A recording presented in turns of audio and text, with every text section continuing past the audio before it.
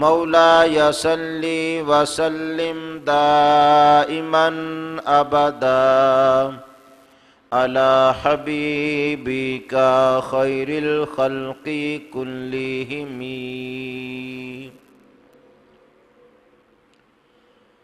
اللہ تبارک و تعالی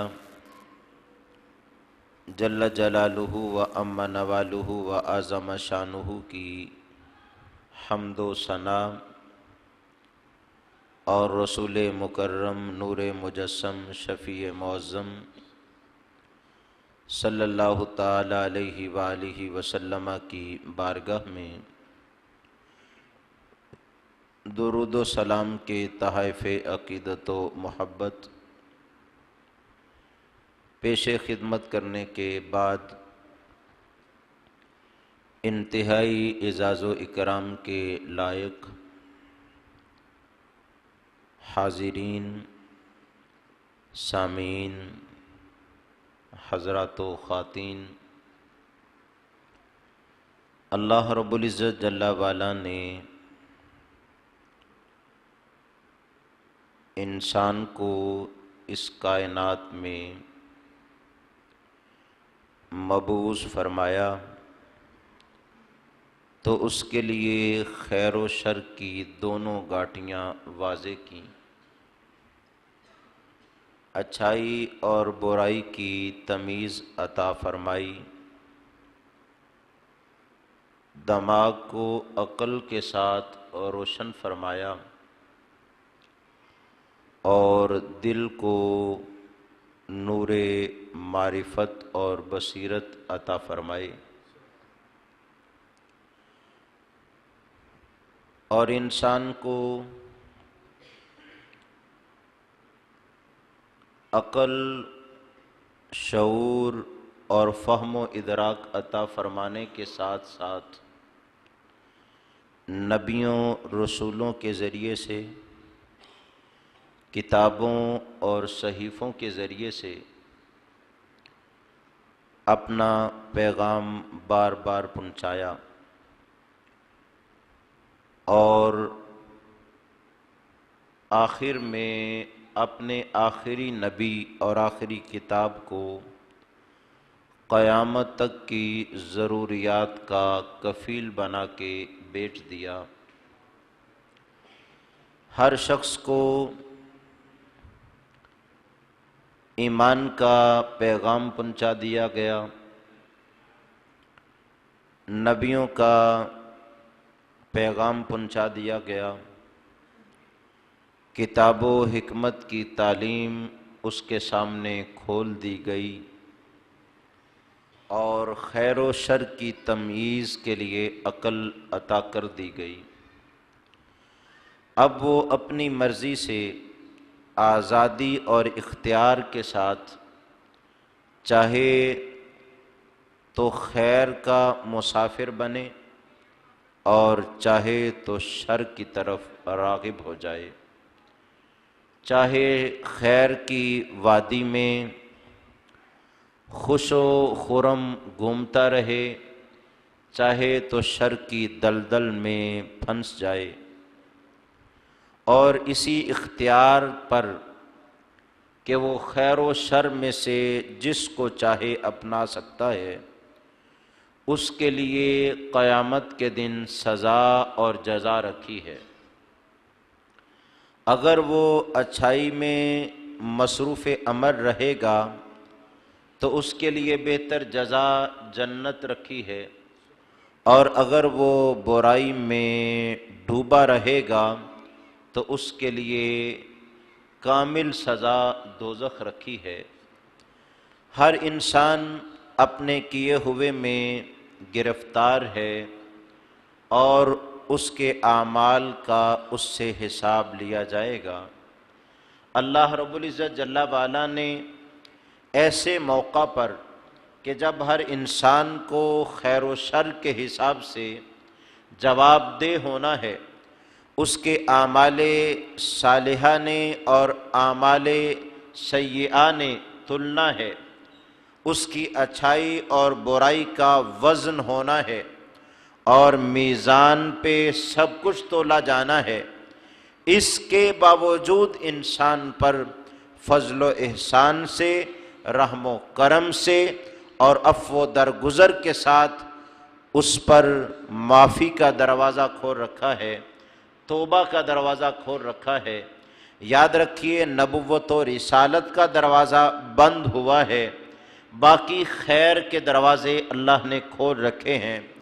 کوئی شخص اپنے صالحیت کے ساتھ اور خیر کے ساتھ اس کے فضل کی برکت حاصل کرتے ہوئے درجہ علم پر فائز ہو، درجہ تقوی پر فائز ہو، درجہ طہارت پر، ولایت پر، قطبیت پر فائز ہو، یہ اللہ نے اس کو عطا فرما رکھا ہے۔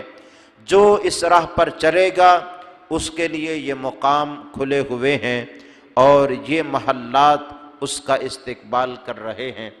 گرامی قدر، ایسے موقع پر جب ہر شخص خیر و شر میں مرہون ہو اور گرفتار ہو، اور بڑے اچھے سے اچھا شخص، نیک سے نیک شخص بسا اوقات کسی گناہ میں مبتلا ہو جاتا ہے، اور بڑا ہی گناہوں کا عادی اور پاپی بسا اوقات نیکیوں میں مصروف عمل ہو جاتا ہے۔ اس دنیا میں انسان کی طبیعت یکساں نہیں رہتی، اس کے احوال، اس کے خیال، اس کے اعمال، اس کے افعال بدلتے رہتے ہیں۔ تو بدلتے ہوئے ان موسموں میں اور متبدل کیفیات میں اللہ نے بندہ مومن کے لیے اپنی طرف سے معافی کا دروازہ ایسے کھول رکھا ہے تاکہ وہ بھولا بسرا انسان واپس پلٹ آئے، اللہ اس کے لیے بخشش و مغفرت کا سامان پیدا فرما دے۔ اور یہ بات ہمارے لیے بہت ہی حوصلہ افزا بھی ہے، پر امید بھی ہے۔ یہ ہمیں حوصلہ دیتی ہے، بندو تم گناہوں کی دلدل میں پھنسے ہو تو تمہارا مالک اس دلدل سے نکال کے خیر کی وادی کا تمہیں مسافر بنا دے گا۔ تم اس کی طرف رجوع تو کرو، توجہ تو کرو، اس کی طرف پلٹو تو صحیح، اور جو ہی پلٹو گے پھر دیکھنا تم ایک قدم اٹھاتے ہو، اس کی رحمت 10 قدم بڑھ کے تمہارا استقبال کرتی ہے۔ تم چل کے آتے ہو، اس کی رحمت دوڑ کے تمہارا استقبال کرتی ہے۔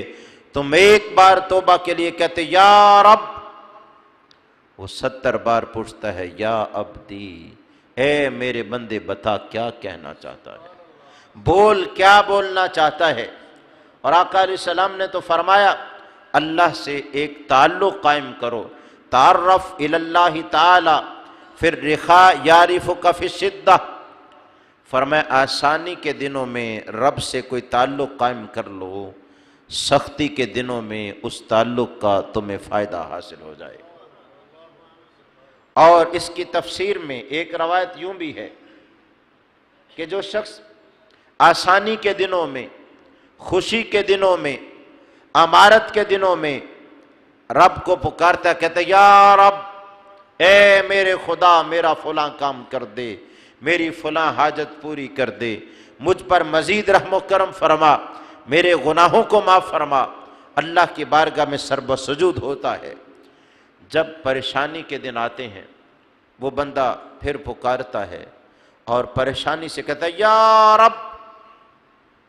جب اس کی یہ آواز اٹھتی ہے تو رب کے فرشتے کہتے ہیں مولا یہ مانوس آواز ہے، جانی پہچانی آواز ہے، پہلے بھی یہ بندہ تجھے رب کہہ کے پکارتا تھا، آج بڑی درد کے ساتھ اے اللہ یہ آواز نکلی ہے، ہم فرشتے تجھ سے دعا کرتے ہیں، سفارش کرتے ہیں اس کی دعا کو قبول فرما لے۔ اللہ تعالیٰ اس کی دعا کو قبول فرما لیتا ہے۔ آقا علیہ السلام فرماتے ہیں جو پریشانی میں رب کو پکارے اور آسانی میں اس نے کبھی نہ پکارا ہو، بولا رہے، جب وہ کہتا نا یا رب، فرشتے کہتے ہیں یہ منحوس آواز کہاں سے آئی؟ پہلے تیرا خدا کون تھا؟ پہلے تو نے کبھی آواز کیوں نہ دی؟ کہتے ہیں اے رب ہم کہتے ہیں اس نے پہلے تجھے کبھی نہیں پکارا تھا، آج تو اس کی پکار نہ سن۔ تو گرامی قدر ایسی کیفیت ہم اپنے اوپر مبتلا نہ کر لیں کہ فرشتے بھی ہمارے لیے دعا اور سفارش کرنے کے بجائے رب کی بارگاہ میں ہماری شکایت کریں۔ ہم اس کے ساتھ تعلق کو مضبوط کریں، اور اتنا زیادہ تعلق کہیں کام نہیں آتا جتنا کوئی بندہ رب کو پکار کے کہتا ہے یا رب، تو رب اس کے کام آتا ہے۔ ذرا دیکھیے تو صحیح، یہ آیہ مبارکہ جو میں نے تلاوت کی، اس میں اللہ تعالیٰ فرما رہا ہے قل، اے میرے محبوب مکرم آپ فرما دیجئے، آپ کہہ دیجئے، یا عبادی الذین اسرفوا علی انفسہم، اے میرے وہ بندو جو اپنی جانوں پر ظلم کر بیٹھے ہو، لا تقنطوا من رحمت اللہ، رب کی رحمت سے نا امیدی اختیار نہ کرو، امید لگاؤ اس کی رحمت سے، نا امیدی کو ترک کر دو۔ ان اللہ یغفر الذنوب جمیعا، بے شک اللہ سارے گناہ معاف کر دیتا ہے، انہ هو الغفور الرحیم، بے شک وہ بخشنے والا رحم فرمانے والا ہے۔ گرامی قدر یہاں امید دلائی، نا امیدی، قنوط، اس کا معنی ہوتا ہے کہ بندہ بہت ہی نا امید ہو جائے، جیسے زندگی کی آخری سانسیں ہوں اور ظاہراً بچنے کی کوئی صورت نہ ہو تو وہ بندہ نا امید ہو جاتا ہے، کہتا ہے اب میں رخصت ہو رہا ہوں۔ ایسے ہی کسی کے پاس حلق سے نیچے اتارنے کے لیے کچھ موجود نہ ہو، یہاں تک کہ نڈھال ہو کے بے ہوش ہو کے گر پڑے، وہ نا امید ہو جاتا ہے۔ اور سب سے بڑی نا امیدی جو ہے وہ جنت سے امید کا ختم ہو جانا اور رب سے نا امید ہونا ہے۔ اللہ سب کو اس سے محفوظ فرمائے۔ رب کہتا ہے لا تقنطوا من رحمت اللہ، میری رحمت سے امید اختیار کرو، نا امیدی نہ کرو، بے شک میں سارے گناہ بخش دیتا ہوں، بخشنے والا رحم فرمانے والا ہوں۔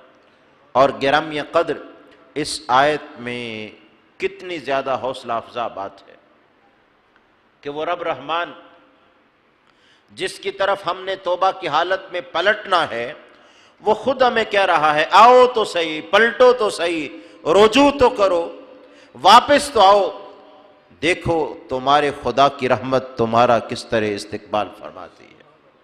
اور نا امیدی جو ہے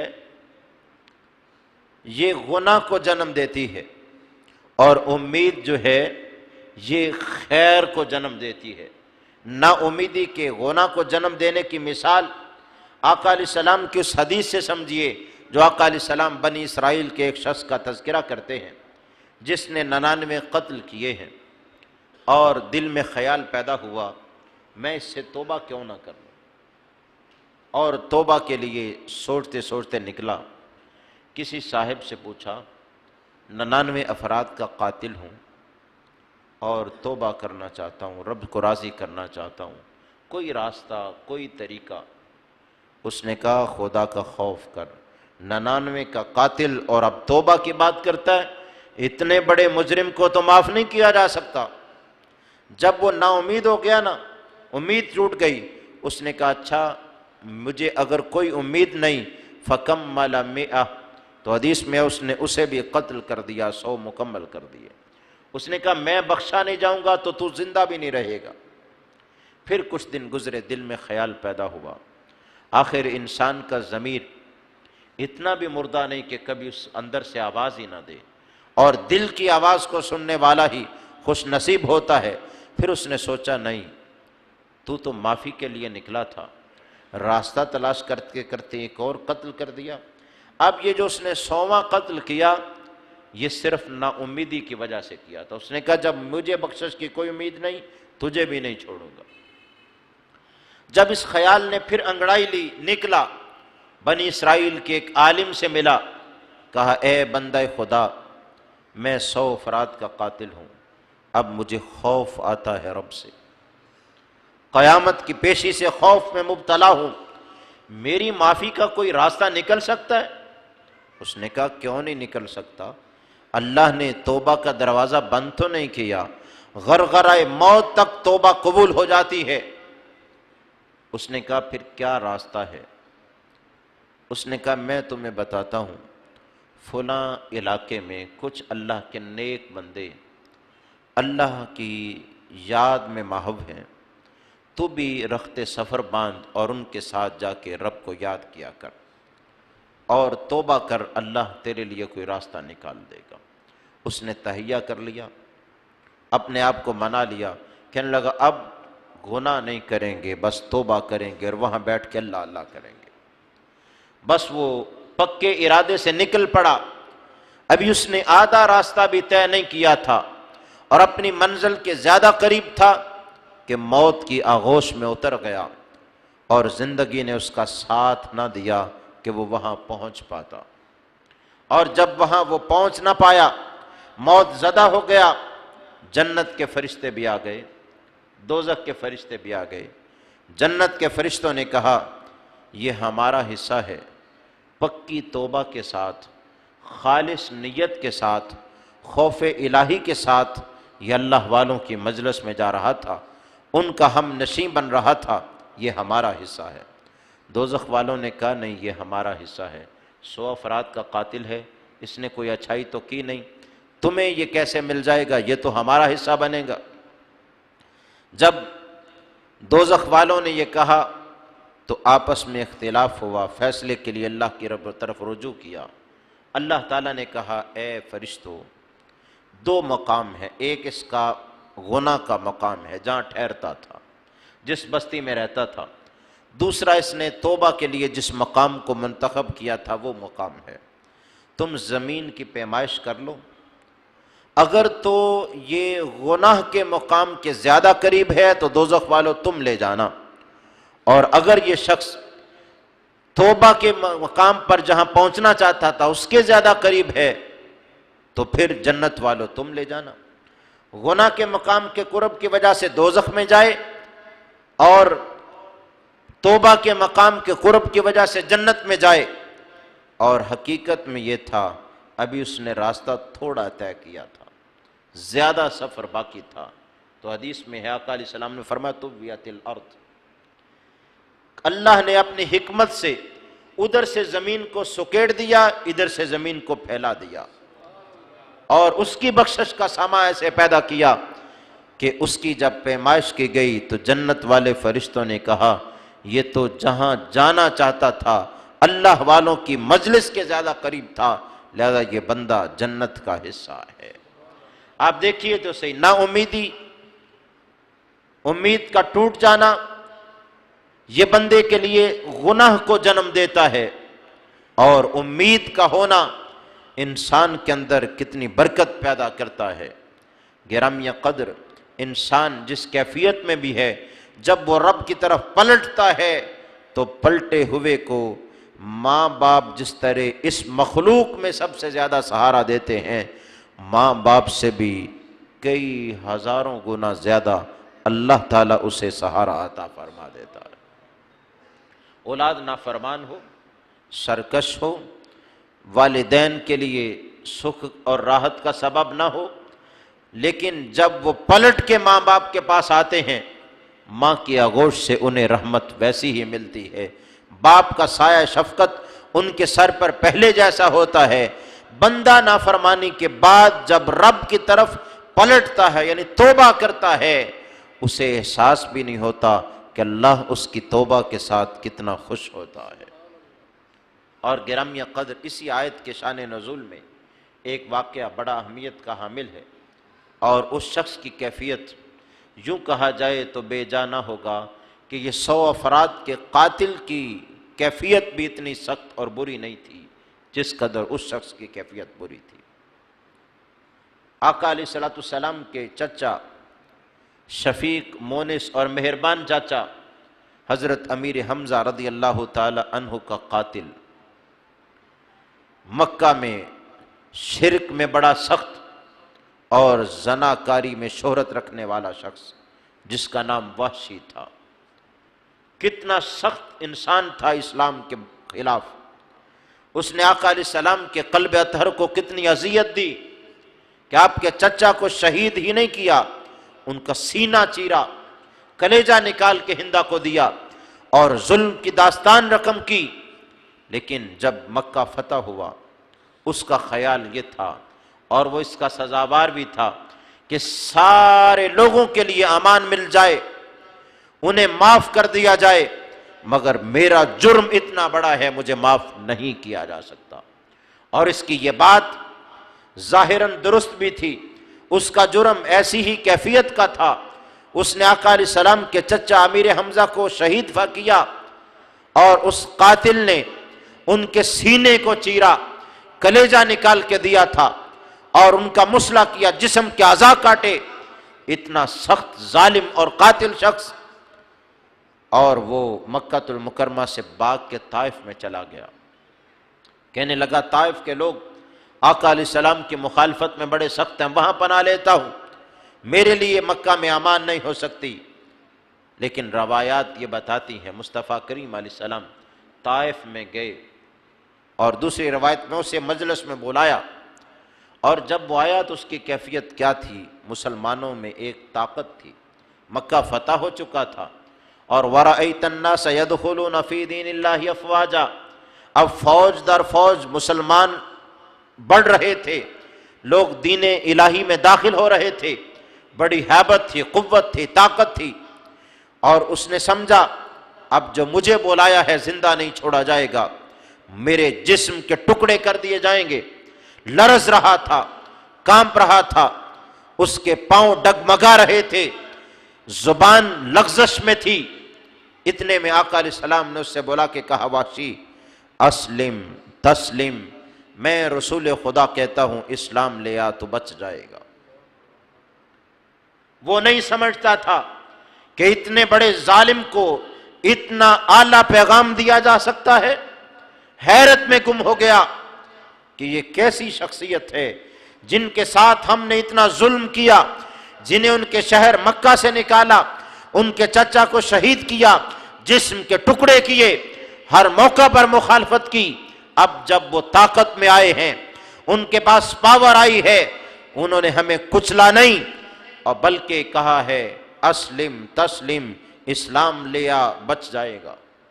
حیرت میں گم ہو گیا، اور اس حیرت میں ہی کہنے لگا اے رسول خدا، اسلام لانے سے میں بچ جاؤں گا، مجھے جنت مل جائے گی؟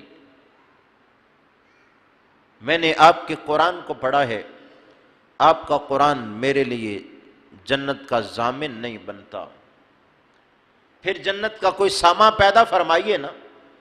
اور اس نے سورہ فرقان کی آیات پڑھنا شروع کر دی، کہنے لگا آپ کا قرآن کہتا ہے والذین لا يدعون مع اللہ الہا آخر ولا يقتلون النفس التي حرم اللہ الا بالحق ولا يزنون۔ سورہ فرقان کے اس آخری رکوع میں اللہ اپنے خاص بندوں کی صفات کا تذکرہ کرتا ہے، اور اس میں ان تین صفات کا بھی ذکر کیا، وہ شرک نہ کریں، قتل نہ کریں، زنا نہ کریں۔ اس نے کہا آپ کا قرآن کہتا ہے اللہ والے وہ ہیں جو شرک نہ کریں، قتل نہ کریں، زنا نہ کریں، وَمَنْ يَفْعَلْ ذَلِكَ يَلْقَ أَثَامًا، اور جو ایسا کرے گا، شرک کرے، قتل کرے، زنا کرے، وہ اسامہ میں پہنچے گا، دوزخ میں گرفتار ہوگا۔ صرف دوزخ میں گرے گا ہی نہیں، یضاعف لہ العذاب یوم القیامہ، قیامت کے دن اسے 2 گنا عذاب دیا جائے گا، وَيَخْلُدْ فِيهِ مُحَانًا، اور ذلت سے ہمیشہ دوزخ میں رہے گا۔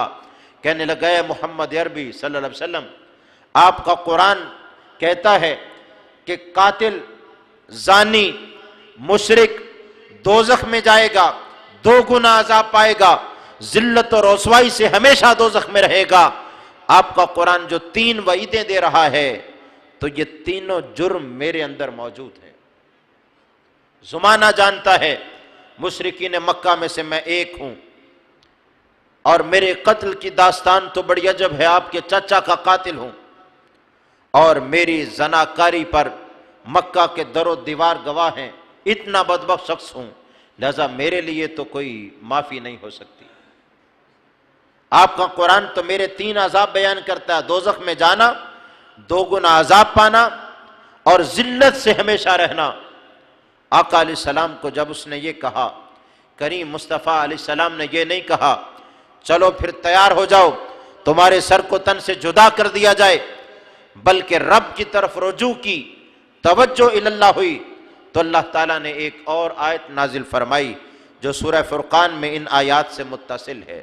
رب نے کہا محبوب الا من تاب وآمن وعمل عملا صالحا، پہلے 3 جرم بیان کیے تھے اور ان کی 3 سزائیں بیان کی تھیں، اب استثناء بیان کر کے 3 چیزوں کو بیان فرمایا، کہا محبوب ایسے ہی ہے جیسے میں نے قرآن میں اتارا ہے، مگر مستثنیٰ ہیں وہ لوگ، الا استثناء ہے انہیں، من تاب جو توبہ کر لے، وآمن اور ایمان لے آئے، وعمل عملا صالحا اور نیک عمل کر لے، اسے ان عذابوں میں گرفتار نہیں کیا جائے گا۔ نعرہ تکبیر، نعرہ رسالت، نعرہ حیدری، عظمت و شان مصطفیٰ، تاجدار ختم نبوت۔ گرامیہ قدر، آگے دیکھیے اللہ اس کے لیے جزا کیا بیان فرماتا ہے۔ اللہ تعالیٰ نے کہا میں نے قرآن میں مغفرت ذنوب کا بھی بیان کیا ہے، عفو کا بھی بیان کیا ہے۔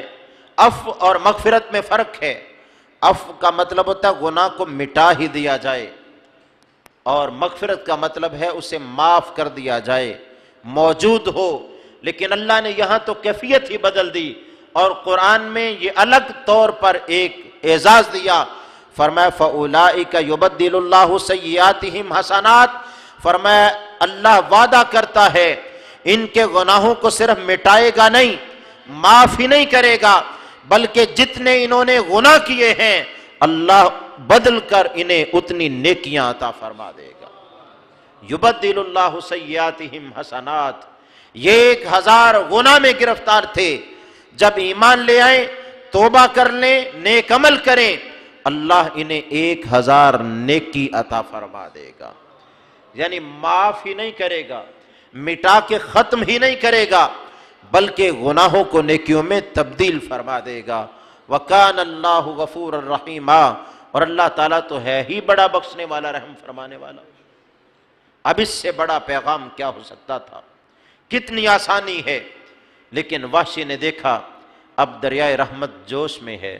اس نے کہا جس کریم محبوب کا یہ حال ہے کہ میں ان کے چچا کا قاتل، ظالم، زانی، مشرک، پھر بھی وہ چاہتے ہیں اسلام لے کے بخشا جاؤں، لگتا ہے انہیں میری بخشش سے بڑی دلچسپی ہے۔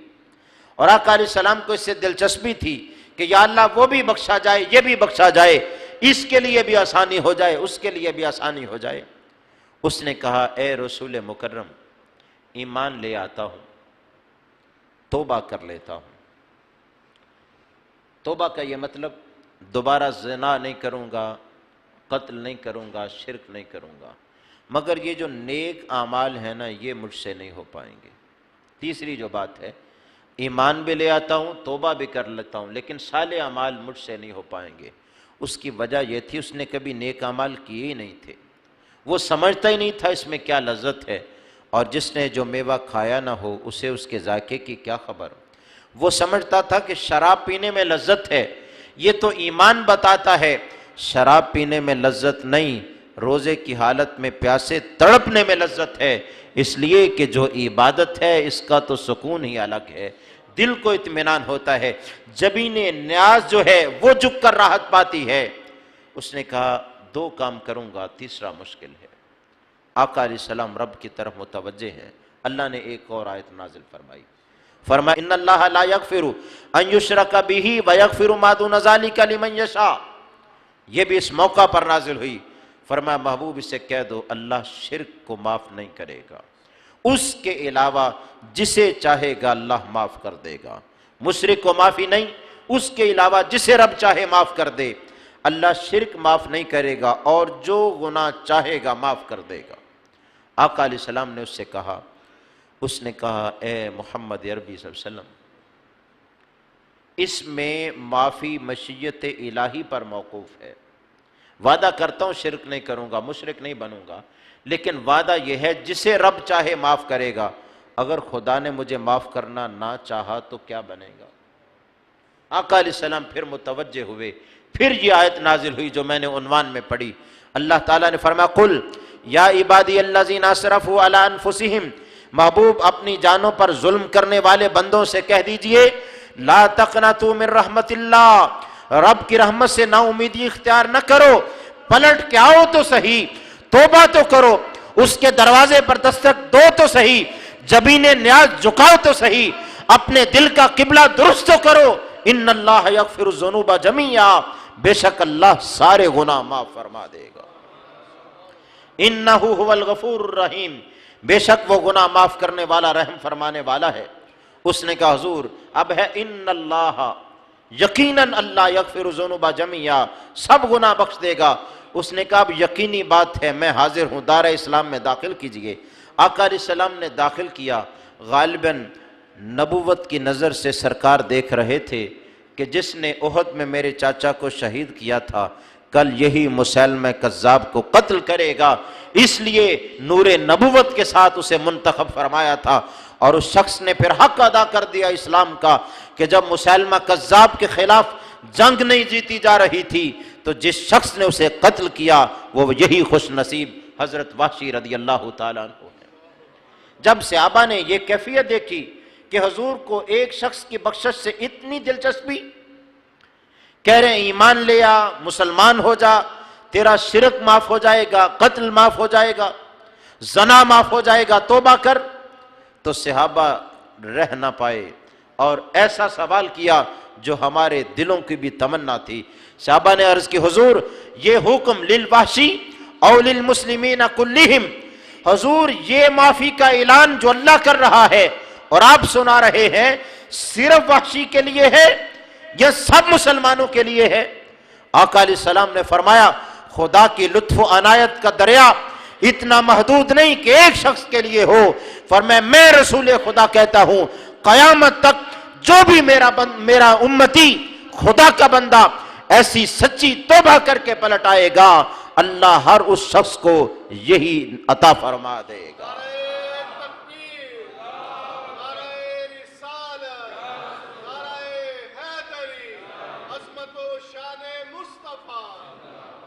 گرامی قدر، کتنی خوش نصیبی ہے کہ ہمارے مالک کو، خدا کو بھی بخشش سے اتنی دلچسپی ہے.